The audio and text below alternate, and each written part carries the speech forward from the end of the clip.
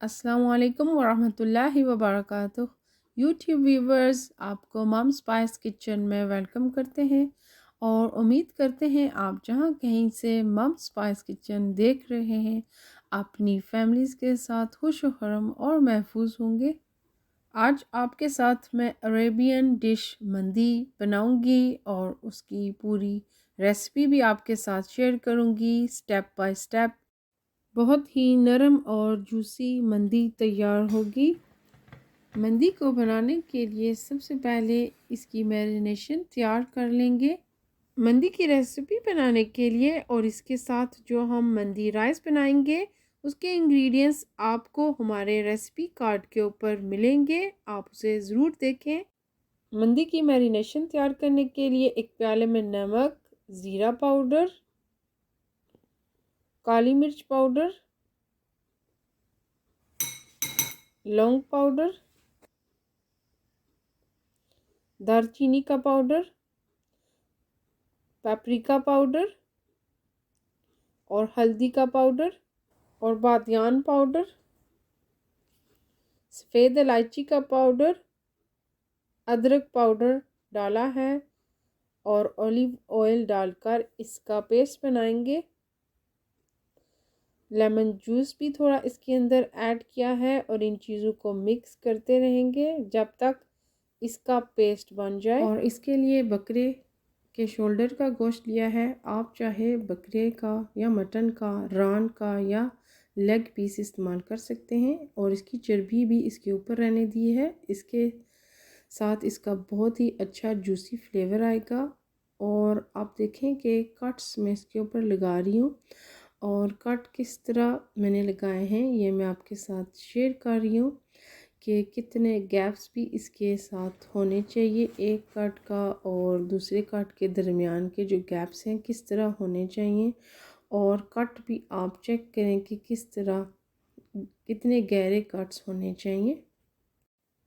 अब जो मैरिनेशन बनाई थी उसको गोश्त के ऊपर चम्मच की मदद से डालेंगे और कट्स के अंदर भी चम्मच से अच्छी तरह डालते जाएंगे ताकि मसाला अच्छी तरह से कट्स के अंदर चला जाए।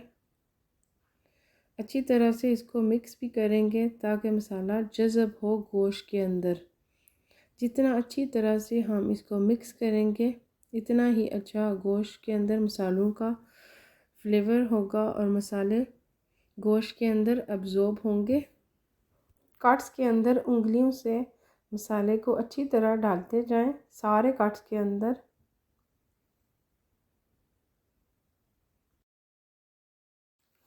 अब एक साइड से मसाला अच्छी तरह से लग चुका है। अब गोश्त को पलटेंगे और दूसरी साइड से भी इसको मसाला लगाएंगे अच्छी तरह से। इसके ऊपर भी कट्स लगाएंगे, सबसे पहले कट्स लगा लेंगे और फिर इसके ऊपर मसाला लगाएंगे। इसके ऊपर कट्स इतने गहरे नहीं लगाए, छोटे कट्स हैं क्योंकि इसके ऊपर गोश्त इतना नहीं है, ऊपर के हिस्से में गोश्त ज़्यादा था और बड़े कट्स लगाए थे। अब गोश्त के इस हिस्से पर भी जो मैरिनेशन है वो डालते जाएंगे, कट्स के ऊपर भी अच्छी तरह से डालेंगे और गोश्त के सारे हिस्से के ऊपर सारी मैरिनेशन डाल दें और इसको हाथों की मदद से अच्छी तरह से इसको मलें, गोश्त के ऊपर मलते रहें जब तक इसका मसाला अच्छी तरह से इसके ऊपर लग जाए। आहिस्ता आहिस्ता से इसका मैरिनेशन डालते रहें, एकदम से सारा नहीं डालें, आहिस्ता से डालें तो अच्छी तरह से इसके ऊपर मसाला लगेगा। अब तकरीबन इसकी मैरिनेशन दोनों साइडों से हो चुकी है। मैरिनेशन के बाद गोश्त को ओवरनाइट फ्रिज में छोड़ देंगे फॉइल के अंदर रैप करके। ओवरनाइट फ्रिज के अंदर रखने के बाद अगले दिन इसको निकाला है और इसको बेक करेंगे। अब इसको फॉइल से अनरैप करेंगे। एक बेकिंग ट्रे ली है, इसके अंदर पानी डालेंगे, पानी डालकर इसके अंदर बेकिंग रैक रखेंगे और गोश्त का पीस रखकर इसको बेक कर लेंगे ओवन के अंदर।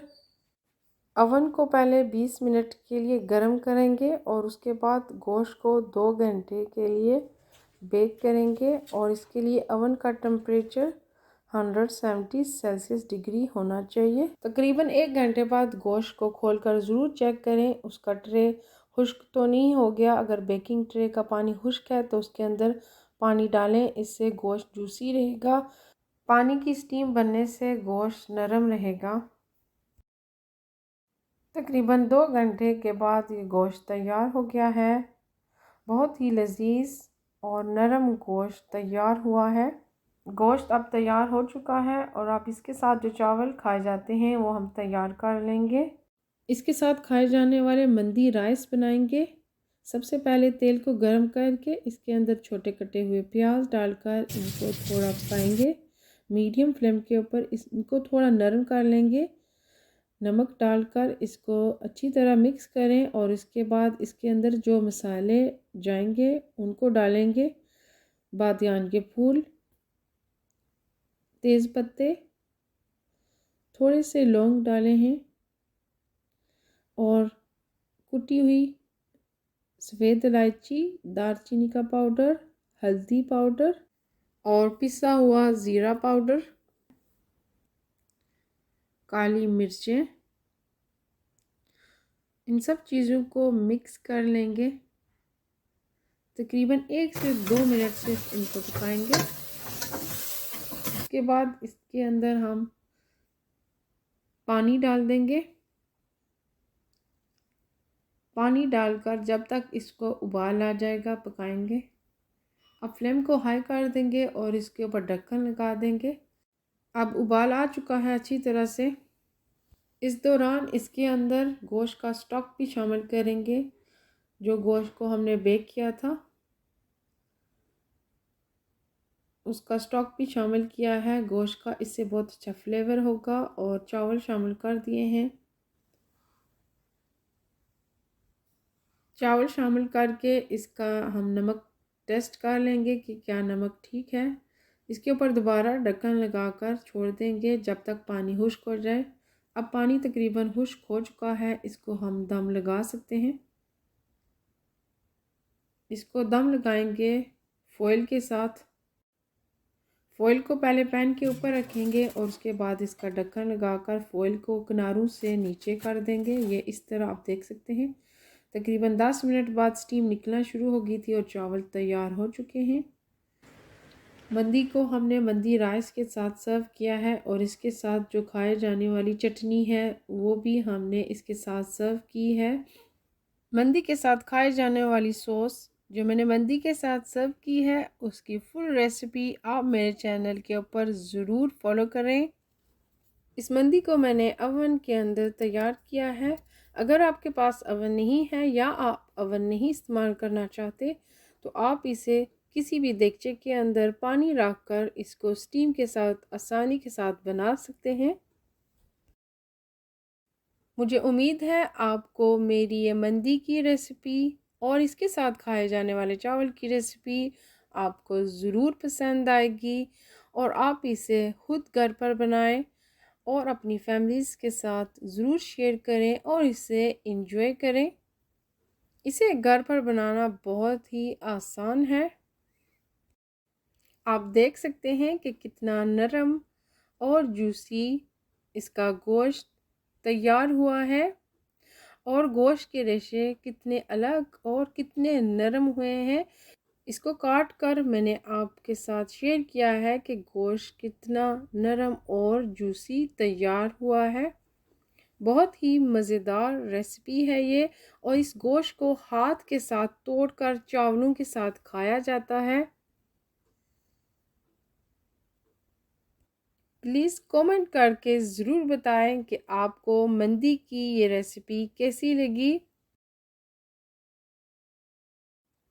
प्लीज़ लाइक, शेयर और सब्सक्राइब ज़रूर करें ताकि मैं आपके लिए और अच्छी रेसिपीज़ लेकर आऊँ। Yummy! Thank you for watching.